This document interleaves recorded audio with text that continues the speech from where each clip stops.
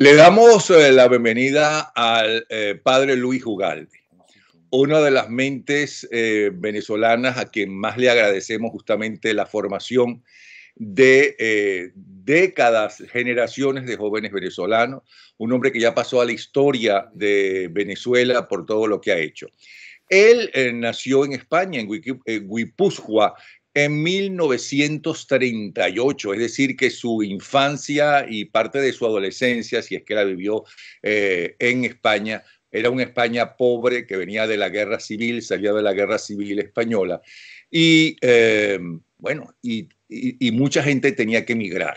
Y no podían emigrar al resto de Europa, porque el resto de Europa, con la posguerra de la Segunda Guerra Mundial, también estaba muy mal. Gracias a eso, muchísimos vinieron a Venezuela y construyeron junto con los venezolanos esa Venezuela que conocimos. Bienvenido, y para nosotros es un honor tenerlo, padre Ugalde. Muchas gracias, Napoleón, y un saludo muy cordial a todos los que escuchan pues tu mensaje, tu programa. Efectivamente, yo nací 4 meses antes de que terminara la Guerra Civil Española. Yo soy vasco español, con 63 años en Venezuela y por supuesto nacionalizado, y me siento venezolano. Entonces a mí me tocó muy de niño el final de la Guerra Civil Española y la terrible posguerra de pobreza y también de represión, naturalmente, y me tocó inmediatamente, en el año 39, la Guerra Mundial. De manera que, aunque España no entraba en la guerra, pero en la práctica la guerra se hacía sentir. Por otro lado, yo soy del campo. Yo aprendí de muy muchacho, como era entonces, todos los trabajos agrícolas propios del País Vasco. Y a los 12 años fui a estudiar con los jesuitas en un colegio muy bueno que tienen en Navarra, donde nació San Francisco Javier.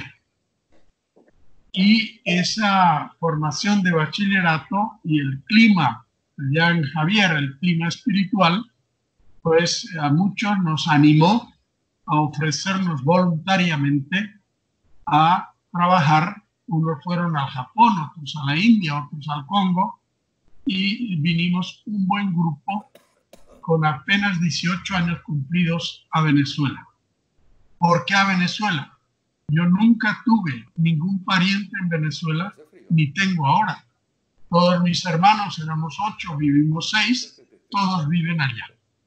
Entonces, la razón de mi venida a Venezuela fue un poco distinta a la razón que tuvo la mayoría de venir a Venezuela, porque había aquí puertas abiertas con todos los que vinieron de Portugal, de España, de Italia, como de Centro Europa, como los judíos, que nadie los recibía, y Venezuela tuvo el acierto de recibir en el año 38-39 las primeras expediciones, con las cuales fue pues un paraíso Venezuela en cuanto a apertura, no solamente de recibirlos, sino apertura espiritual, de no discriminarlos. Entonces, pedían voluntarios los jesuitas para Venezuela, porque después de 150 años de los jesuitas fuera de Venezuela, luego de la expulsión que hizo el rey de España de ellos, entonces la Compañía de Jesús en Venezuela todavía era débil, y pedían refuerzos, y veníamos cada año 6 o 7 jóvenes. Nos hacían una recomendación que yo agradezco y agradecido toda la vida, y era: ustedes van a nacer de nuevo allá. Es decir, no van como inmigrantes para regresar después, sino van muy jóvenes precisamente para que se enamoren del país y formen su cabeza y su corazón identificado con el servicio espiritual y religioso al pueblo de Venezuela. Y eso para mí fue fundamental. ¿Sí? El padre Ugalde es teólogo, es historiador, ha sido rector de la Universidad Católica Andrés Bello desde 1990 hasta el 2010. Es individuo de número de la Academia de Ciencias Políticas y sociales. Historia. ¿Por qué se mete al seminario? O sea, es que escuchó la voz de Dios, es que sí. Los curas, lo digo los curas porque yo estudié primaria en La Salle de la Colina, en Venezuela, pero la secundaria fue con los jesuitas en España, en el norte de España. Y siempre hay vocaciones y la mayoría de los muchachos quieren ser o monaguillos o curas, pero después se nos pasa eso, porque para fortuna de los venezolanos, yo no me metí a cura para dar clase, porque pobres alumnos entonces. Pero para fortuna de los venezolanos, usted sí. Y además lo quieren mucho. No conozco a nadie que lo critique. Y no es por temor, sino por amor. Cuénteme por qué se mete a cura. Sí, no. En aquella época se hablaba mucho de que en vista del hambre, las familias solían meter a alguno de los hijos a curas o al seminario o a militares, porque ahí podían comer y estudiar además. En el caso suyo, ¿por qué? Sí, a ver, en la inmediata posguerra, ciertamente el clima de España era muy distinto del que es ahora. El clima espiritual era muy propicio a estimular la vocación religiosa.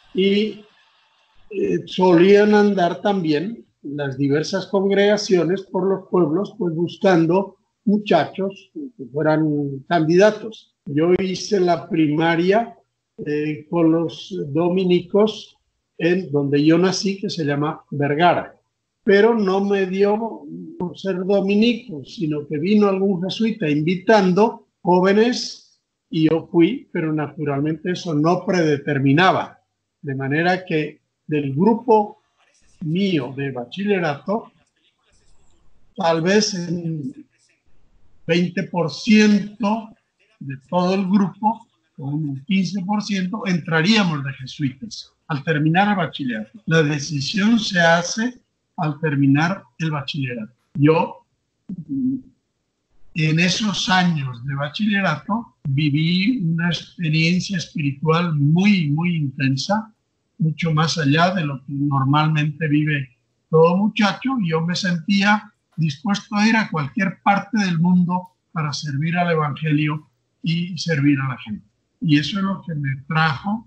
En mi casa no hay ningún religioso, ni entre mis hermanos y hermanas, ni entre los primos, de manera que soy el único, pero la familia sí era y es muy religiosa.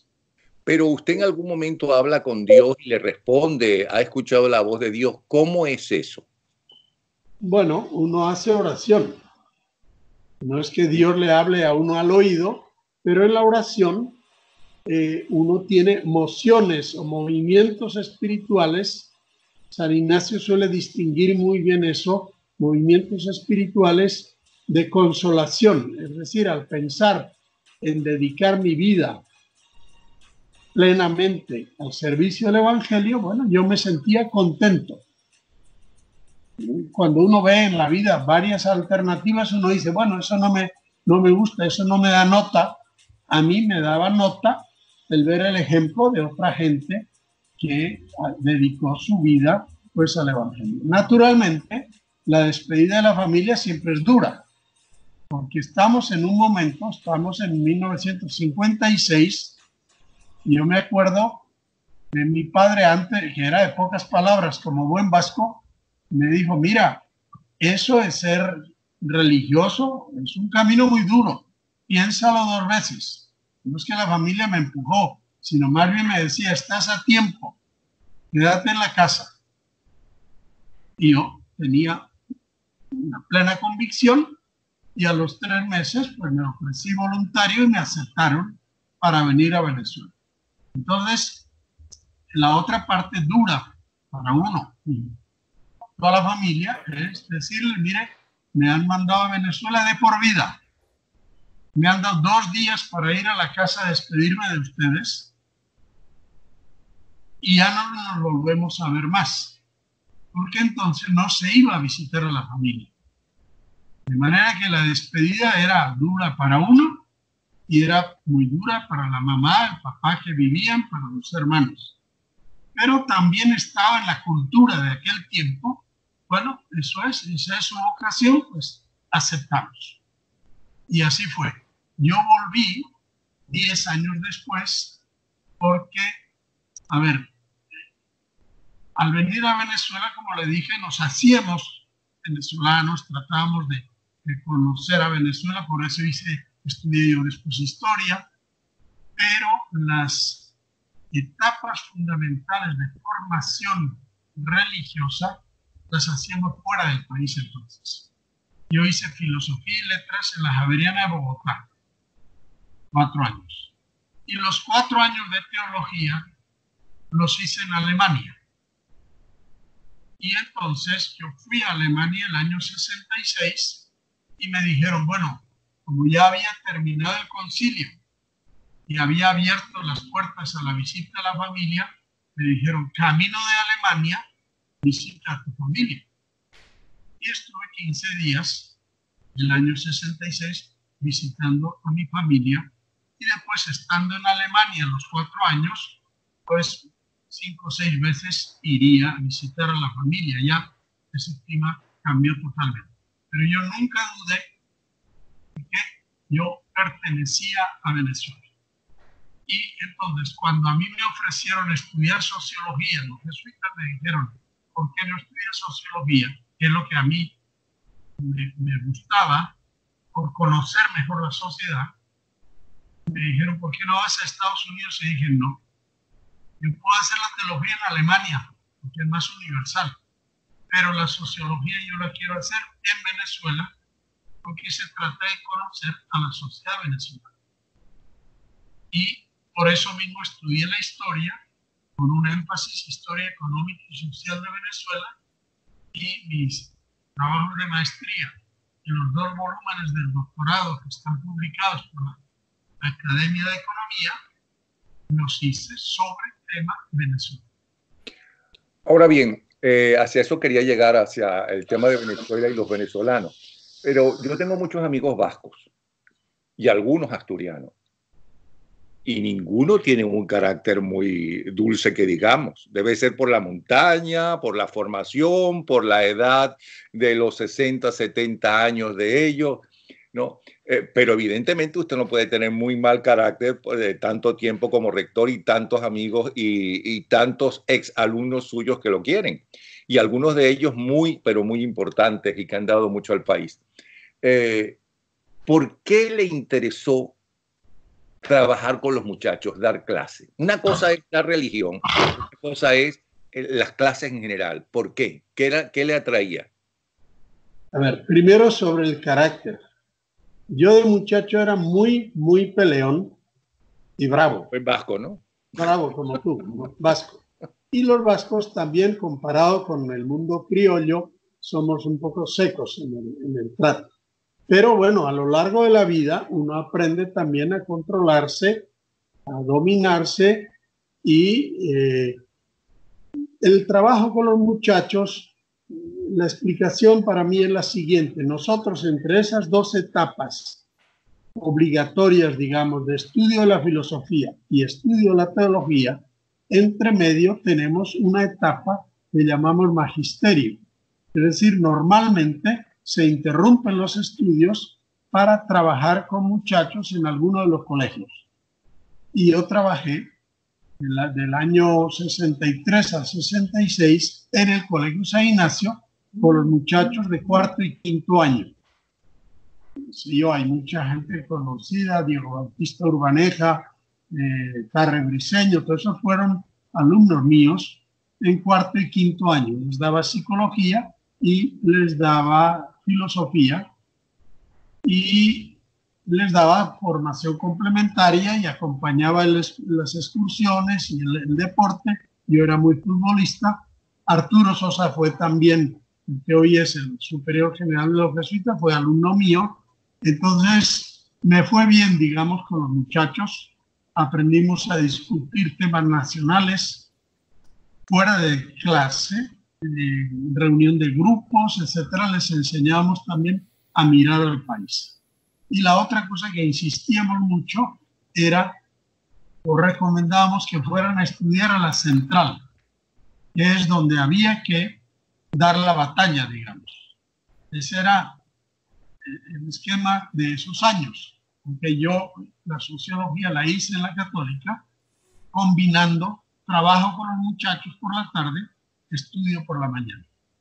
Pues le quedó muy lucido decir eso de la central, siendo rector durante tanto tiempo de la Católica. Pero bueno, por cierto, yo empecé a estudiar en la central filosofía y letras. Ahora una cosa, varias generaciones, usted conoció y formó a varias generaciones. ¿Cómo ha evolucionado, ¿no?, el carácter del venezolano durante todos estos últimos, digamos, 60 años? 60 años. Bueno, eso es un poquito más complicado. No es que yo diga que las circunstancias determinan, pero sí condicionan enormemente la manera de ser. Por ejemplo, pongo un ejemplo. Se decía, es que el venezolano es impuntual. Yo decía, no. El venezolano en determinada etapa y en determinado tipo de trabajo puede ser impuntual para el que lleva el reloj. El llanero venezolano se guía por el sol. Ninguna de las tareas le exige precisión horaria. Pero el campesino venezolano de Chachopo o de Timotes, que cultiva hortaliza, muy distinto cultivar yuca, que es cosecha de año, a hortaliza que se cosecha todos los días y todos los días sale el camión con cebolla y lechuga al mercado. Esa hortaliza hay que llevarla con reloj.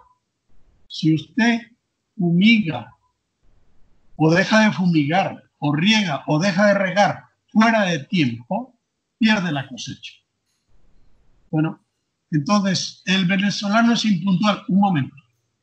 Los autobuses, yo decía siempre, hace 50 años, los autobuses en Venezuela salen muy puntuales. Y si usted llega tarde, lo dejó. Me decían, yo no voy tanto al juego de béisbol, pero también el juego de béisbol empieza puntual. Y la gente se acomoda. Y el metro, cuando se inauguró el metro, la gente, el venezolano es ruidoso, depende. En el autobús que agarra al salir del metro puede ser ruidoso y el muchacho puede rayarlo. Pero en el metro ni era ruidoso, ni hacía una raya, ni echaba un papel al suelo. Y el venezolano que ha ido fuera del país, decimos, no, pero en Venezuela, el venezolano no respeta las señales de tránsito. No respeta en Venezuela porque hemos sembrado el caos. Pero ese mismo va a Miami o a Boston o a Chicago y respeta como el norteamericano más norteamericano las señales porque sabe que las consecuencias si atraviesa una luz en rojo. Cambia. Déjeme darle un previo, con permiso. Durante varios años, con el gobernador de Aragua de ese momento, Hidalgo Bolívar, traíamos a Orlando a hasta 100 muchachos de origen muy humilde, pobres, pero que sacaban buenas notas. Y el premio era entonces que se pasaran 15 días en los parques de Orlando. Se llevaban a un hotel determinado. Y en una de esas visitas que yo hago para hablar cómo está la cosa y demás, ya habían salido, porque eran 2 grupos de 100, si mal no recuerdo, al año. 200 muchachos en total, para que vivieran el sueño de los cuentos de Disney, etc. Y recuerdo que el gerente me dijo, yo quiero felicitarlo y a través de usted a los venezolanos. Y le pregunto, ¿y esto por qué? Cuénteme. Mire, aquí vienen niños de todas partes del mundo, especialmente de los Estados Unidos, que es la mayoría de las familias que vienen a los parques. Y sobre todo de clase media y clase alta, que es lo que pueden pagar los parques. Los muchachos más ordenados, más limpios, más respetuosos, y eso que eran grupos grandes, o son grupos grandes en ese momento, son esos muchachos venezolanos que ustedes dicen que son de origen muy humilde. Eso lo viví yo en Orlando. Bueno, me alegra, Napoleón, porque esa ha sido toda la vida mi convicción. Yo soy enemigo del determinismo en eso. Lo mismo aquello que el venezolano es flojo o los anglosajones son muy laboriosos y nosotros no. Depende. Por eso me agrada mucho el testimonio que has dado, porque es así, el venezolano es muy versátil. Y hace 2 años en Madrid, que daba una conferencia de paso a venezolanos, pero había españoles también, y eran muchos de los venezolanos, bueno, que con la necesidad, pues han emprendido diversas cosas y con éxito. Y el español me decía, mira, ¿y cómo hacen los venezolanos para ser gente de tanta iniciativa y tan emprendedores? Esa es una pregunta clave. Y yo decía, bueno, el venezolano tiene el talento. Tú lo pones en una circunstancia y le dices, bueno, no necesita trabajar porque a usted le tocó la lotería del petróleo, pues no trabaja, como no trabaja ningún otro. Pero si usted le dice, mire, usted está en Madrid, no hay Estado que lo vaya a proteger. No hay marcha atrás porque usted no puede regresar a Venezuela. ¿A qué apuesta? Tiene que apostar a su talento y a su creatividad. Y lo han hecho. Y lo han hecho. Y muchos han tenido mucho éxito a pesar de todas las dificultades. El venezolano es muy, muy versátil en ese sentido. También tiene un carácter que también es comunicativo, se adapta y eso nos ha ayudado mucho. Claro que en una migración obligada, pues también ocurre y va gente pues, indeseable, eso es un hecho, ¿no? Pero esta idea de que el venezolano es así o es de la otra manera. Este español me decía, porque yo los jóvenes en España hoy día no veo eso. Yo le recordaba, mira, en Venezuela, cuando vino la migración española, portuguesa, italiana, y en los años 50, los años 60, muchos decían, oye, el venezolano es flojo, mira el portugués que vino con lo puesto nada más y ya tiene un negocio y tiene sus ahorros, o el español o el italiano. Bueno, ahora es a la inversa. Ahora los necesitados somos nosotros y en esas circunstancias el venezolano es creativo, es ocurrente y se adapta. Y también se adapta a las reglas del juego del país donde está. Okay. Ahora, durante la etapa llamada democrática, sobre todo en los 4 primeros gobiernos que el país creció como pocos países crecieron tanto en el mundo entero. Yo diría que empezó a crecer desde Juan Vicente Gómez hasta posiblemente el primer gobierno de Carlos Andrés Pérez hasta el final, el crecimiento, la formación de la clase media, todas esas cosas. Y el petróleo hizo, entre otras cosas, que la vida de nosotros los venezolanos fuera mucho, pero mucho más fácil, ¿no? Y que eso que llaman el sueño americano se produjo y debería llamarse el sueño venezolano, porque era mucho más fácil triunfar en Venezuela si uno trabajaba realmente. No importaba el origen, por muy pobre que fuera. Ahí está, por ejemplo, Jacobo Borges, que su primer trabajo de niño fue limpiador, el limpiabotas de la ¿no? O ahí está Alejandro Otero, que él descubre los colores porque en el rancho donde él vivía en el sur de Venezuela de niño había unos huecos en el techo, ¿no? Y por ahí se veían las estrellas y por ahí empezó a descubrir los colores. Pero esto que ha vivido en los últimos 20 años el venezolano, que es todo lo contrario a lo que vivía antes, que es la necesidad, que es no tener, prácticamente el venezolano está viviendo, ustedes están viviendo prácticamente en el siglo XIX, porque cuando se va la luz, no hay cine, no hay radio, no hay luz, ya lo dije, no hay cine, no hay nevera, no hay Y cocina sin eléctrica, gas, no hay y nada. sin gas hay que hacer la cocina a leña, Como mucha cocinar gente a lo hace. leña. ¿En qué ha cambiado para bien? Bueno, eh, nada más una referencia y vamos a la pregunta concreta. Una referencia es que efectivamente, tal como tú lo has dicho, Venezuela desde la época de Gómez, si nos fijamos solo en lo económico, Asdrúbal Batista trae unas cifras, dice, bueno, en 50, 60 años, Venezuela tuvo un promedio de crecimiento de 6%, que ningún país en el mundo lo tuvo. No tuvo inflación significativa en 60 años. Fue el país del mundo que recibió más migración en proporción a la cantidad de población que tenía. Por eso, porque era una atracción, un país de oportunidades. Y no cabe duda, la oportunidad nos la dio el petróleo. Antes del petróleo, Venezuela era muy pobre y los inmigrantes europeos iban a Argentina, o iban a Chile, o iban a Cuba, pero no venían a Venezuela, aunque hubo proyectos de fomento. Ahora, entonces, yendo a la pregunta, me repites otra vez, por favor, Sí. la pregunta final. Esto que los venezolanos volvieron al siglo XIX y que tantos millones se han tenido que ir del país, ¿qué hemos aprendido de eso? Es decir, el gobierno de transición y el primer gobierno democrático o los siguientes, ¿con qué venezolano se va a encontrar y va a trabajar?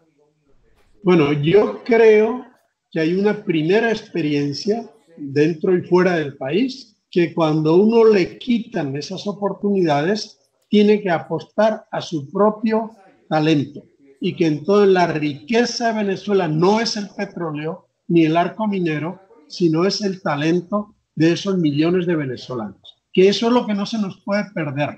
Yo eso lo vivo mucho en el barrio donde llevo 33 años. Y dando misa todos los domingos, ¿no? Misa, y tenemos un montón de iniciativas, tenemos un centro de salud, tenemos un multihogar con 43 niños y las 4 comidas del día, tenemos 2 escuelas de fe y alegría, todo hecho por una comunidad pobre. Bueno, entonces uno ve talento. Lo que hay que lograr es que no se pierda. Segundo, el venezolano, la necesidad nos hace mejores administradores. Si no hay necesidad, la buena administración no se ve como una virtud. Voy a poner el ejemplo. Si yo vivo en el litoral y no hay agua, y el agua viene un día a la semana, bueno, pues la mamá a los hijos le dice, mira, cierra el grifo, no uses mucha agua al bañarte porque tus hermanos necesitan, es decir, lo escaso nos enseña a administrar. Si esa misma mamá va con los niños y acampa a la orilla de una cascada en los Andes y la mamá le dice, mira, vete con el tobo y tráeme agua, pero cierra el grifo. El niño dice, mi mamá se volvió loca, aquí no hay que cerrar el grifo, ni hay grifo que cerrar, porque el agua es infinita. Y yo creo que uno de los mayores males que hizo, lo haría de buena fe, pero que hizo Chávez fue esa falsa creencia que somos el país más rico del mundo, predicarlo a diestra y siniestra y convencerle a Venezuela que el problema nuestro no es producir, sino distribuir o producir. Y yo, desde el gobierno, voy a distribuir. Ustedes pongan la mano y yo les doy. Ese vicio que ya teníamos en parte se agravó tremendamente. Y ahora ni tenemos la producción, ni tenemos la renta para distribuir. Pero, ¿qué virtudes hemos aprendido? Por ejemplo, la solidaridad en Venezuela, en lo grande y en lo pequeño, ha crecido de una manera impresionante. Yo veo como nunca antes empresarios que le dicen a uno, mire padre, yo pago más de lo que está estipulado, pero yo sé que con eso no se puede vivir. Con eso no se puede vivir. O sea, está pensando, no, yo le pagué lo que le corresponde, sino está pensando en la vida del otro. Y entonces hacen políticas de, bueno, buscar bonos, repartir de comida. Y en el barrio yo lo veo también, las ollas comunales, todas esas cosas que tenemos. En el núcleo donde yo estoy, pues hay más de 400 comidas diarias para los niños más necesitados.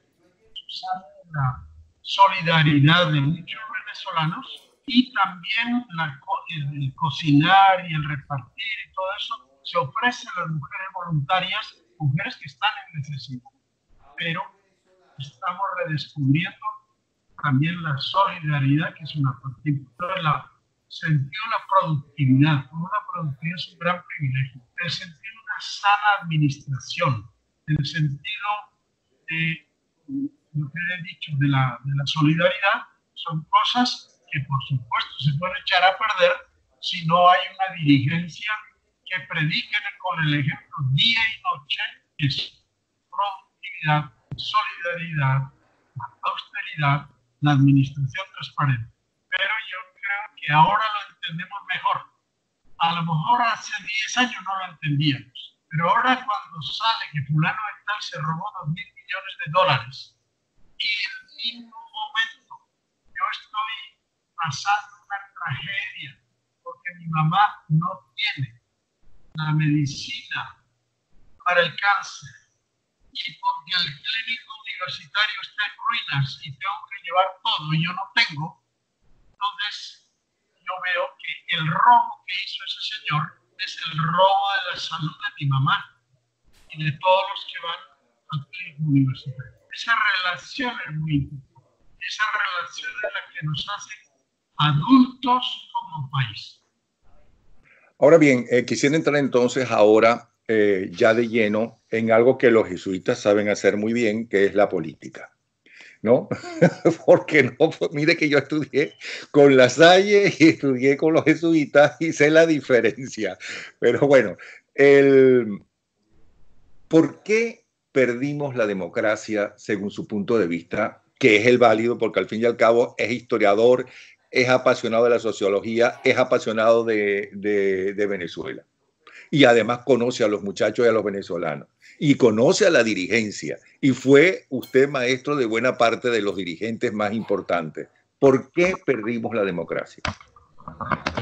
Bueno, yo creo que perdimos la democracia, como dijiste tú antes, la década de los 60. Bueno, siempre hay limitaciones, pero la década de los 60 tuvimos 3 gobiernos básicamente honrados. Hemos tenido expresidentes que sus hijos le han tenido que ayudar porque no tenían para vivir, de manera que, y terminaron la presidencia y se fueron a vivir a la misma casita donde vivían antes. Eso es Venezuela, eso no es, esos son los alemanes o no sé quién. No, eso se vivió básicamente en Venezuela. Habría corrupciones y cosas, pero básicamente es así. Y con el petróleo a menos de $2 el barril, se hicieron las cosas que se hicieron en los 60, tanto en la infraestructura, nada más mirar Caracas es impresionante, incluso empezando antes con Pérez Jiménez, y se hicieron, bueno, escuelas en todo el país, centros de salud en todo el país, viviendas. Eso lo hizo la democracia y algún día se reconocerá, porque aquí se ha mentido mucho diciendo hasta que llegué yo, aquí no había educación gratuita. Mentira. Todos los ministros que están en el gobierno, que estudiaron en la universidad pública, no pagaron un centavo, e hicieron posgrado con la beca Gran Mariscal de Ayacucho, hicieron posgrados de 5 y hasta de 10 años. Yo podría dar nombres. Y siendo ellos simpatizantes de la guerrilla que quería tumbar al gobierno. O sea que el gobierno en ese fue amplio. También yo podría dar nombres de gente que me ha dicho a mí, bueno, yo era medio guerrillero y si no me voy del país me hubieran podido matar. Y yo fui pagado por el Estado a estudiar en Inglaterra. Bien, Entonces, digamos, esa década fue una década que algún día se verá que fue prodigiosa. Y fue prodigiosa también el pacto del punto fijo que se ha ridiculizado. El trienio ADECO tuvo muchas virtudes, pero yendo a ver los que en los años 60 salvaron la democracia, que es ADE y COPEI, eran aceite y vinagre en el trienio ADECO. Y los copeyanos celebraron la caída de los ADECOS porque lo consideraban, probablemente con razón, pues consideraban abusivos en su gran poder que tenían y anticlericales, en fin, de manera que la antipatía era mutua. Para los ADECOS normales, COPEI era un partido reaccionario.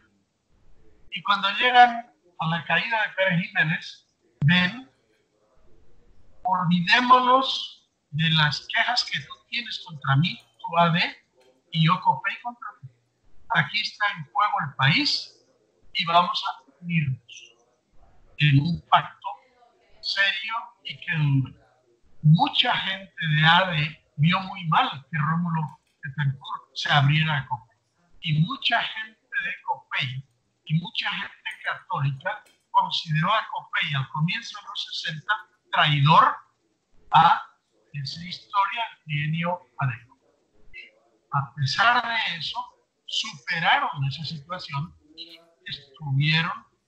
derrotaron los intentos militares de volver a la dictadura y afortunadamente derrotaron la guerrilla, que incluso los que fueron protagonistas de la guerrilla me lo han dicho a mí, menos mal que perdimos, porque si no estaríamos en el callejón sin salida en que estamos. Entonces la pregunta es, bueno, si eso fue así, ¿por qué se echó a perder eso? Bueno, paradójicamente, cuando el año 73, 74, el precio petrolero se multiplica por 3 y por 4 por la crisis entre árabes y judíos, etc. Vino aquello de está barato, dame 2, y vamos hacia la gran Venezuela. Ya nosotros no somos país pobre, vamos hacia la gran Venezuela. Y esa prédica hizo muchísimo daño y disparó la corrupción. Por las razones que yo he dicho, si hay abundancia, pero en los 70 no llegó a tarde. Pero llegamos a los 80 y ahí, exactamente el año 78, baja la inversión privada, está en las cuentas del Banco Central, baja el poder adquisitivo salarial, y la población no va a los informes del Banco Central, pero lo resiente. Y Venezuela, sea el sector de Venezuela, pues esa conciencia de seguir siendo país rico, etc. El modelo de sustitución de importaciones que se Venezuela tras toda la guerra industrial, eso no es producción campesina, porque es de agroindustria, muchas inversiones y que requiere producción de alimentos concentrados. Todo eso se disparó en los 60, se estancó en los 70. Y el modelo de sustitución de importaciones se va estancando y a lo largo de los 80 la crisis aumenta y la población siente, yo en ese momento, por ejemplo, el año 86, que vivía en Millones de la Vega, en un ranchito, recuerdo una mañana, vi un periódico de esquina y había un señor indignado, con la mano con las letras rojas, y dijo un par de groserías, nosotros aquí viéndonos, y parecía escándalo del hipódromo con nosotros. Entonces, esa combinación. Padre, Voy a apagar un momento esto porque se está escuchando mal y lo vuelvo a encender y también se lo digo a los que nos están viendo. Apago el Skype. El problema en Internet en Venezuela, ¿no? Debe estar en este momento, por lo menos tienen medio Internet, ya no están en el siglo XIX, sino el padre en este momento tiene electricidad y medio Internet está a mediados entonces de los años 60, 80. Yo no hago nada, ¿no? Haces Ahora tú. se le escucha bien. A ver, siga entonces. Yo no hago. Se le escucha perfecto de nuevo. Estaba hablando de que consiguió a una persona de origen muy escandalizado por los robos, ya recuerdo, en el hipódromo. Ajá. Hipódromo. Bueno, entonces, en esos años de más bonanza, la corrupción aumentó. Después en los 80 viene la crisis creciendo y la población pobre siente que no hay sensibilidad arriba, ni en los empresarios, ni en los políticos, de responder a la situación que están viviendo. Eso aumenta, continúa, empieza, se prenden las alarmas, se prende la alarma de que empieza a aumentar la abstención electoral de una manera significativa, y hay un desengaño. Y también la alarma mayor fue el Caracazo. Y nada cambió. Nada cambió. Se habló, pero la dirigencia nada cambió. Muchas veces le he preguntado a muchas de las personas con que hemos conversado, ¿por qué la dirigencia no se sentó a ver, bueno, qué es lo que está pasando, que cada vez votan menos por nosotros, que viene el Caracazo, luego vienen los intentos de golpe y no intentaban cambiar? Bueno, sí, intentó un poco cambiar, creo, si mal no recuerdo, con Lucinchi, que empezó a escuchar a los que llamaban, creo que ya para entonces los notables, pero le costó muchísimo el cambio, si es que quiso hacer realmente el cambio. Lo cierto es que no cambiaron. A la hora de la verdad y en la práctica, ¿por qué? ¿Qué pasó con esa dirigencia? ¿Por qué no escuchaba o no veía lo que estaba pasando? Bueno, yo creo que hay dos cosas, ¿no? Todo gobierno que lleva mucho tiempo se acomoda y los hábitos adquiridos es muy difícil echarlos para atrás o entrar en una etapa de mayor austeridad. De mayor gasto es fácil, pero la marcha a mayor austeridad, Carlos Andrés dijo, tenemos que administrar la abundancia con criterio de escasez. Es una frase muy feliz, pero casi nunca se cumple. Porque si usted tiene conciencia de abundancia, lo administra con conciencia abundancia, es decir, lo mal administra. Eso es ley universal en cualquier país del mundo. Entonces, la dirigencia, por un lado, pues esa sensibilidad se perdió. Pero por otro lado, hay un alejamiento de la dirigencia política de lo que había sido ADE, que tenía su casita en cada pueblo, en cada barrio, y COPEI trató de imitar, y lo logró en buena parte, con comités que están día a día con la gente. Muchos de los dirigentes que venían de andar con alpargata se pusieron la corbata y no volvieron al lugar de origen y no volvieron a escuchar a la gente. Esa es la perdición de todo político. Yo podía dar algún ejemplo. Un muchacho con maletín ejecutivo estudiaba en la universidad y un día me dijo, yo vengo de grupos cristianos de Maturín.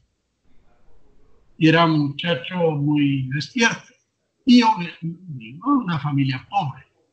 Entonces me vieron los adecos y vieron que yo tenía madera y me dieron el maletín y voy a la reunión que va a ser en el Hilton. Entonces, ¿dónde te reúnes? ¿Con quién te reúnes? ¿A dónde miras? La naturaleza te lleva a mirar arriba y hay que mirar abajo. Político que no sabe mirar abajo está perdido. Un poco eso no lo hicieron con los muchachos del 2017, que buena parte que quisieron agarrar a todos esos muchachos, algunos de los cuales sí se metieron en los partidos. Bueno, efectivamente, bueno, primero, mucho de eso le ha pasado, o que más le ha pasado eso, mucho más que a AD, ha sido al chavismo. Aquí se allanan con el dedo fulanito, esa mansión es de fulano de tal. Esa casa del country club la están remodelando, se la compró el chavista cual. Entonces, realmente eso les ha hecho un daño horrible, pero también le puede hacer a los nuevos políticos, que son los muchachos del 2006, del 2007, efectivamente puede ocurrir también. Yo no sé si algunos no lo han vivido así porque están exiliados o están en la cárcel y están pues realmente en pobreza. Y si son diputados no están ni siquiera cobrando. Pero sí hay algunos casos que probablemente sí se les subió a la cabeza y se sintieron líderes, lo cual es enormemente peligroso. Okay. Y es por eso que llega Chávez, gana por una minoría, pero gana las elecciones, perfecto. Ahora vamos al presente. ¿Cuál ve usted en esta lucha por recuperar la democracia que ha sido los avances, los logros y cuáles han sido las equivocaciones según su punto de vista del gobierno interino? Del gobierno interino, el de Guaidó. Sí. ¿No? Sí, sí. Bueno, para hablar de los avances hay que ponerse en diciembre de 2018, en diciembre. Nadie daba nada por la oposición, había un gran desaliento, pero en contra de lo que mucha gente decía, porque había mucha división también, o sea, esa oposición, cuando le iba bien, se dividía, porque empezaban a pensar, bueno, pero en lo que viene yo tengo que ser el primero. Cuando le iba mal, se unía. Se unió en el año 2000, en las elecciones de 2015, porque estaban muy mal. Y en el mes de julio hubo una reunión muy crítica. A los partidos se les dijo, ustedes callen la boca y escuchen lo que este analista, este encuestador le quiere decir. Mire, se produjo el milagro. Fueron a las elecciones con listas únicas, que parecía imposible, porque se sentían mal. Pero cuando se sienten bien, el peligro es, bueno, ya viene el reparto, entonces yo quiero ahí,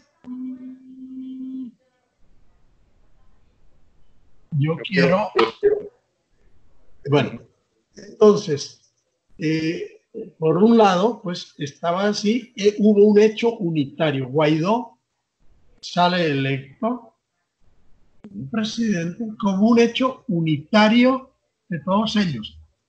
Mucha gente del país decía, están peleados, no se va a dar.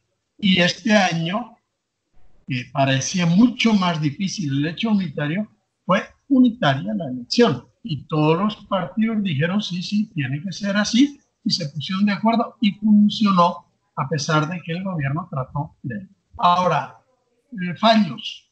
Ciertamente todo aquello que montaron en Cúcuta, parto de la buena intención, pero yo decía, pero ¿cómo van a introducir la ayuda humanitaria si bastan 3 policías para impedir eso? ¿Cómo van a llegar los camiones a Caracas?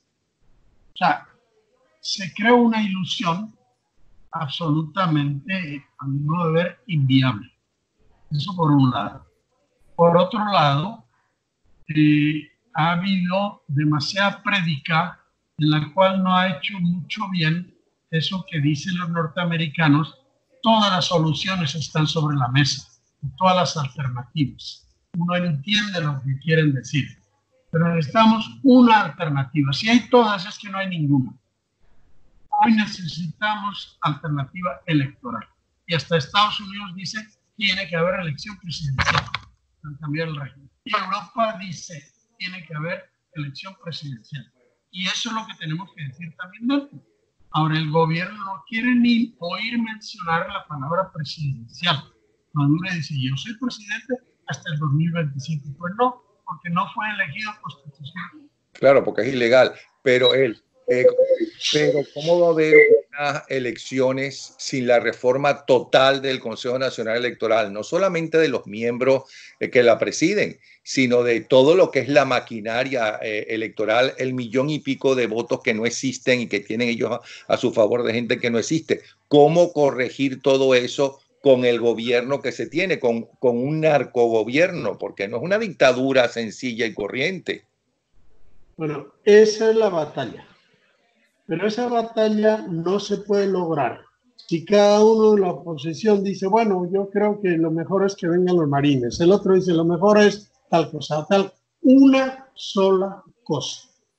Y democráticamente hay que ir a esa elección. Ahora, dicho muy bien, todo está desmantelado en la oposición, la parte electoral, y de parte del gobierno, naturalmente, hay todas estas cosas del registro electoral, de los testigos, todo lo demás.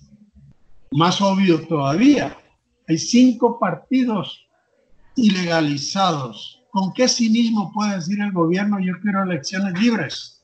Si tiene 5 partidos ilegalizados y cantidad de dirigentes perseguidos y los posibles candidatos presidenciales también perseguidos.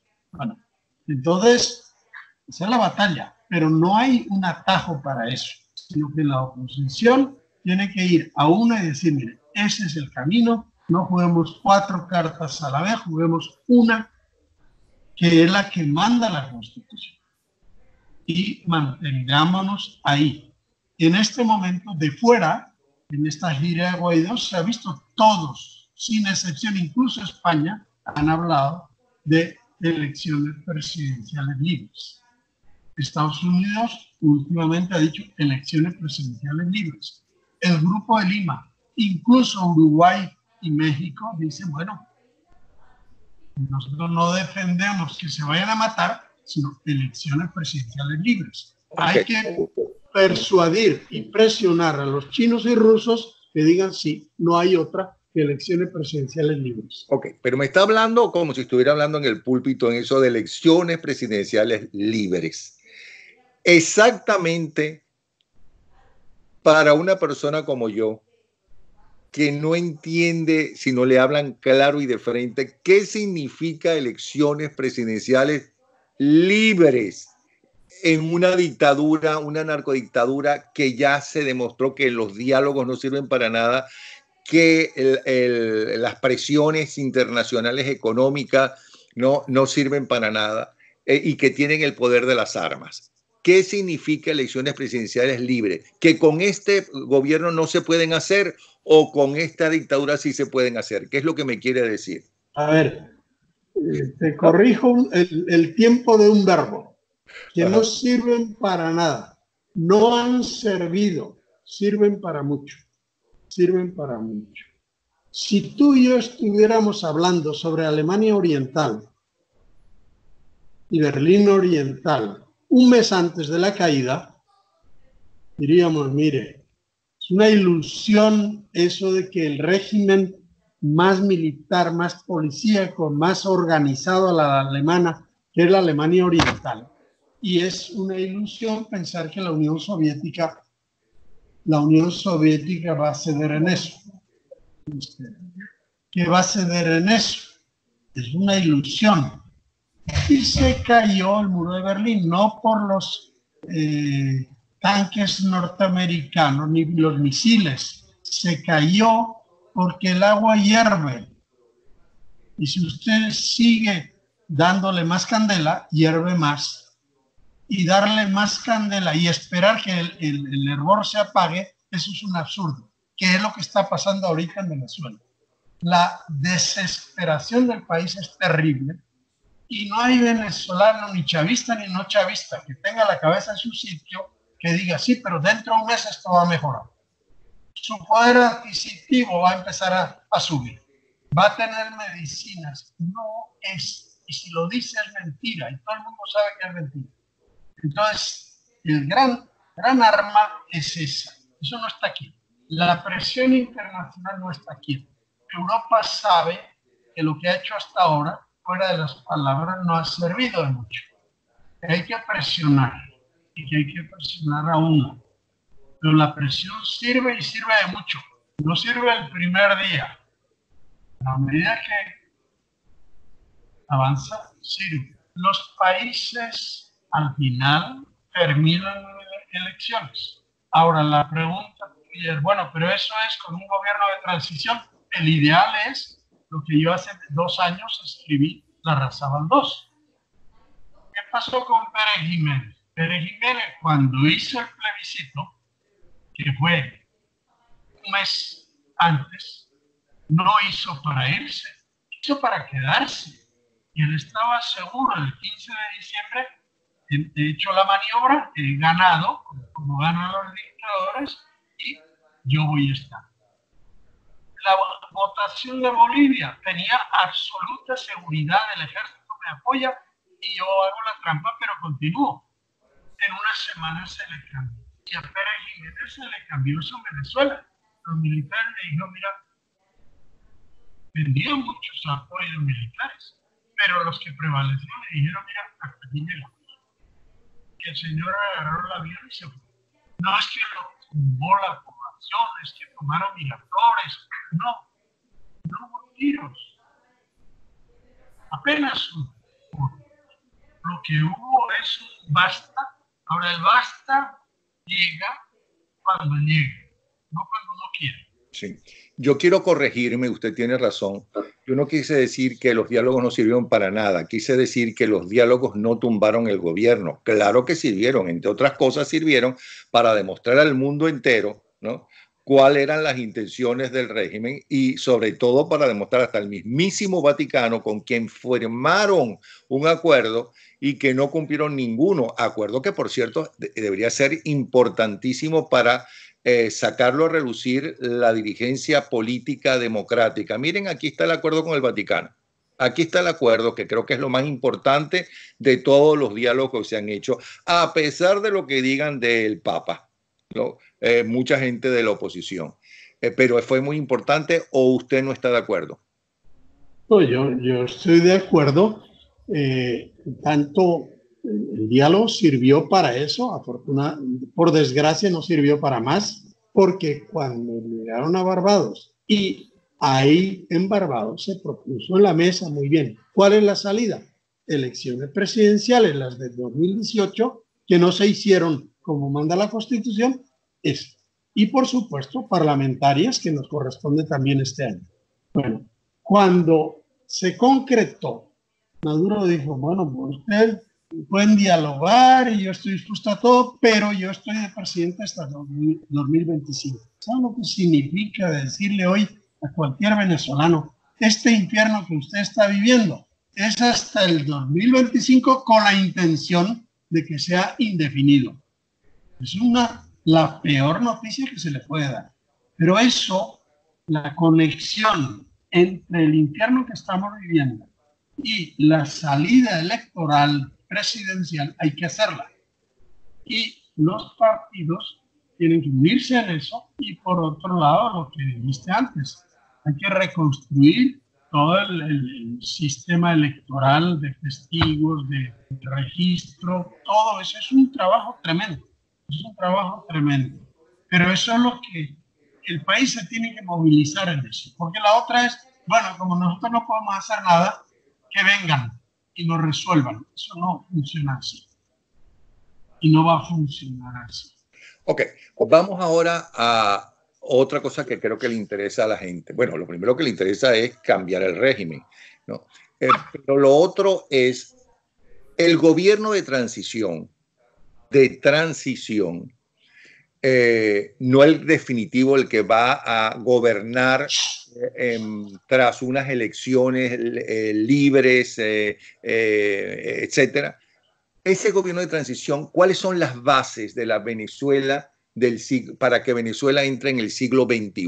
¿Cuáles son las bases que usted cree debe poner para que el gobierno que venga, ¿no?, empiece a desarrollarla para que Venezuela, vuelvo a repetir, entre al siglo XXI como le corresponde, porque nosotros siempre entramos por lo visto tarde a los siglos. Lo mismo pasó con Gómez, ¿no? Gobernó demasiado tiempo, nadie le quita sus méritos, pero como dijo el general Gabaldón, como le escribió, mire, usted ha logrado esto, esto y esto, pero creo que es el momento de un cambio. Él no lo entendió así y Gabaldón tuvo que huir. ¿Cuáles son esas bases?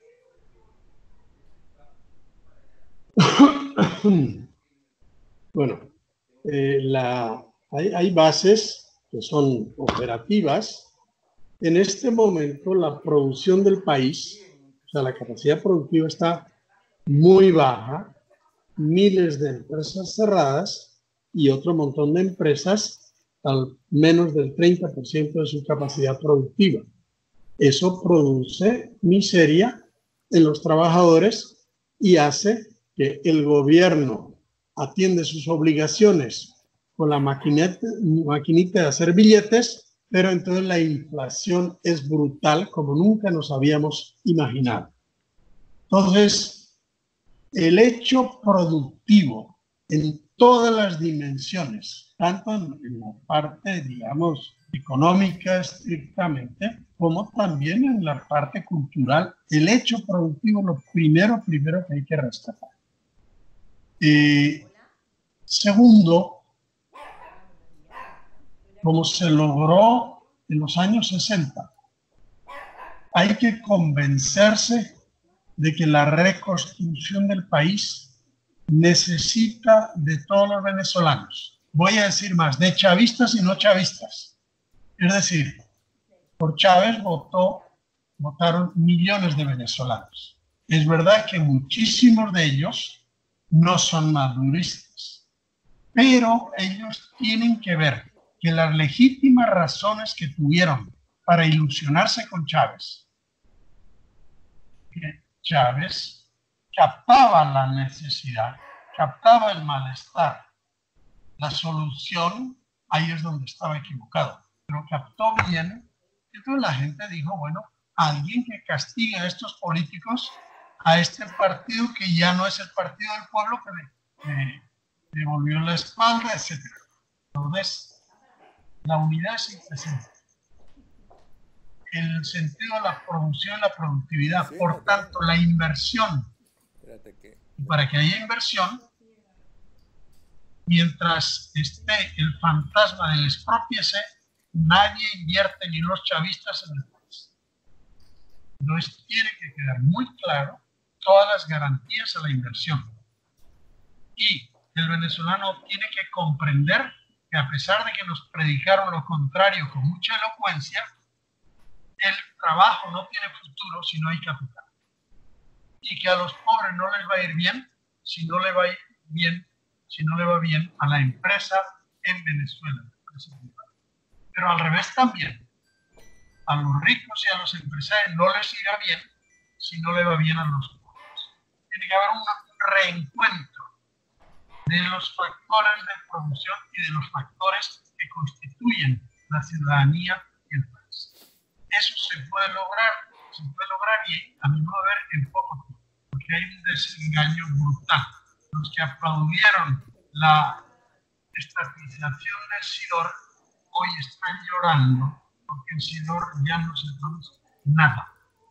Entonces, es un aprendizaje doloroso y los políticos también tienen que aprender. No se puede hacer política a la antigua y pensando que cuando yo llegue al gobierno, mi partido va a ser el repartidor de la renta petróleo. El petróleo... Eso que usted dice lo hizo Rafael Caldera en su segundo gobierno. Es decir, acuérdese de esas reuniones de empresarios, trabajadores y el gobierno para llegar a acuerdos entre los cuales uno de ellos fue echar para atrás alguna de las reformas de la ley del trabajo que el propio el doctor Caldera había peleado, incentivado, ¿no?, estando en la oposición, y él lo aceptó. pero la gente no se lo reconoce porque la gente no sintió aparentemente, ¿no?, las bondades que resultan lógicas de unión de trabajadores con empresarios, con el gobierno. Y la gente en líneas generales, creo yo, todavía está pensando que mejor jefe es un burócrata que está allí no por su capacidad necesariamente, sino porque es fiel al partido de gobierno, que un empresario privado. Y que el petróleo, la siderurgia, todo eso mejor está en manos del gobierno. ¿O eso usted cree que ya cambió? Eso va cambiando y cambiará el día que demostremos de verdad que realmente funciona una empresa eficiente, como funcionó en buena parte cuando Sidor estuvo privatizado en ese poco tiempo en manos de Argentina. Funcionó. Ahora, redujeron los trabajadores a la tercera parte, porque era lo lógico. Lo mismo pasa con la industria petrolera. La industria petrolera está hundida. En ese barco montaron un barco que necesitaba menos de 50.000 trabajadores, montaron más de 150.000. El barco está hundido. Y además el Estado no tiene real para invertir. Hay que abrirlo a la inversión privada, nos guste o no nos guste. Bueno, ahora, quiero hacer una alusión a la referencia al segundo gobierno de Caldera. El segundo gobierno de Caldera, más allá de la intención y de lo que hicieron, lo que pudieron hacer, es el final de un capítulo, no es el comienzo del otro capítulo. Y en este momento, el gobierno que venga tiene que ser el comienzo de un nuevo capítulo, de una Venezuela que va a tener petróleo si se recupera, pero puede recuperar, pero no las cantidades que viene, sino el petróleo va a ser un factor, pero no seremos país que vive del petróleo. La recuperación petrolera es muy importante y va a requerir una disciplina y un rigor tremendo. Y lo mismo va a pasar con las universidades. Con las universidades. La universidad tiene que ser mucho más productiva. El Estado no puede financiar a todos los recipientes todo el tiempo que sea. Todo eso no funciona simplemente porque no tiene y no va a tener. Entonces, ahí la conciencia va a ser, a mi ver, distinta.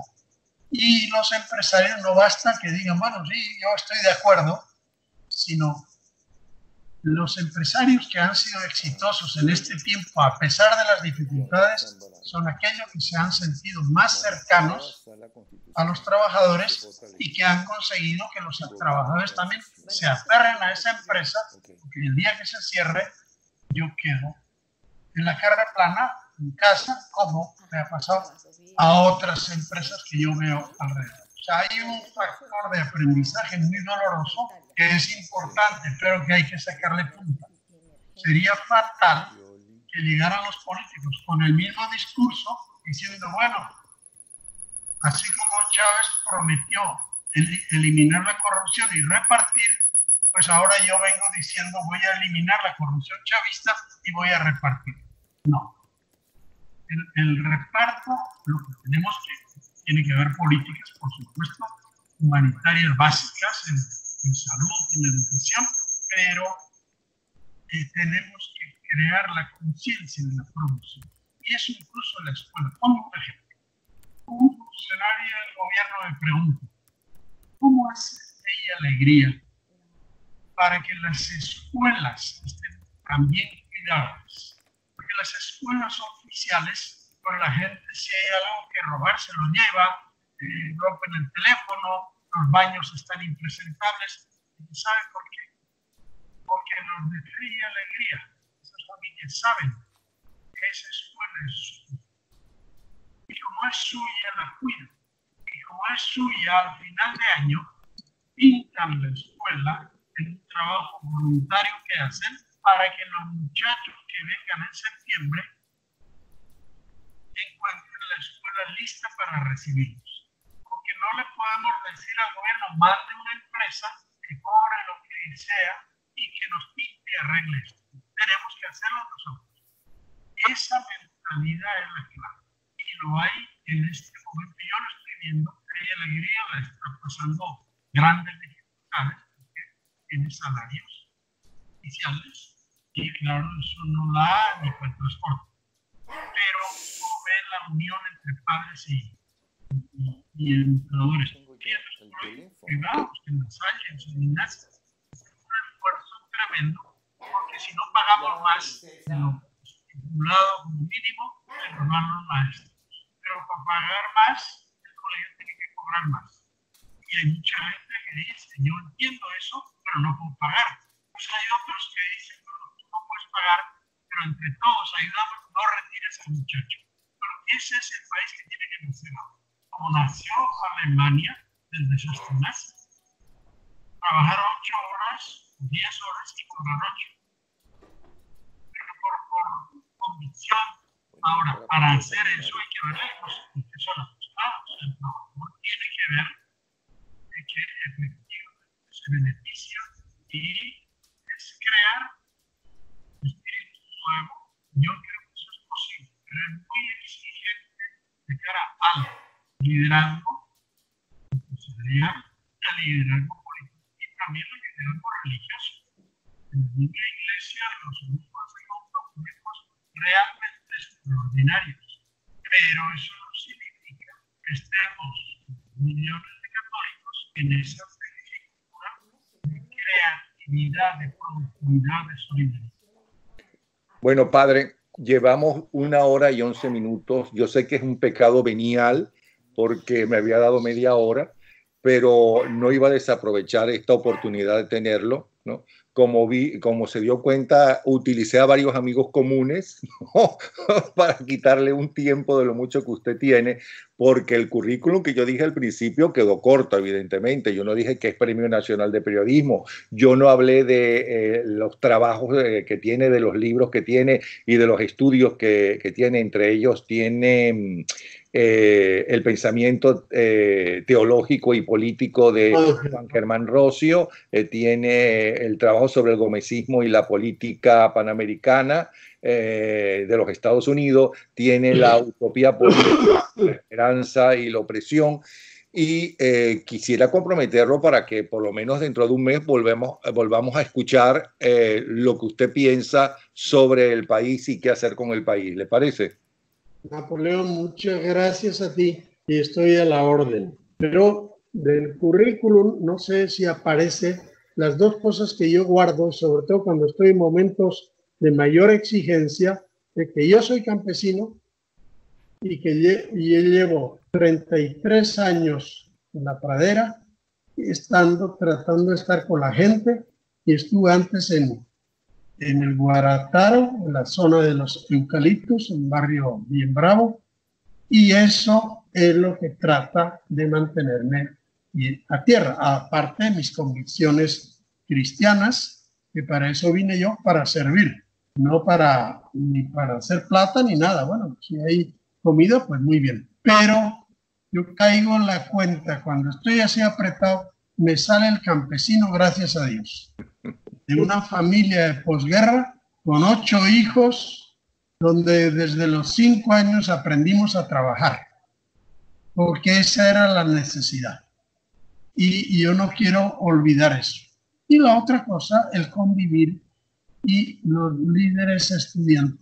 La reunión que tuvieron los obispos con Guaidó, todos unánimemente le dijeron, la población allá en Guárico, en Cojedes, en Barinas, no ven al líder regional visitando las comunidades. Entonces dicen, bueno, esos están allá, aunque estén sufriendo en Caracas porque no les pagan, pero hay que volver a estar con la gente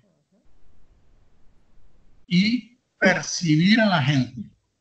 Y eso nos llevará a mucho realismo sin hacer grandes ofertas. Bueno, como esto ya se terminó, muchísimas gracias a ti. Adelante, que Dios te bendiga y Dios nos bendiga a todos y estoy a la orden cuando tú quieras. Gracias, padre, pero gracias a usted. Gracias, no me dé las gracias a mí, yo le doy las gracias a usted. Un abrazo y en un mes lo vuelvo a llamar, o antes, ¿no? Gracias. El padre Luis Ugalde.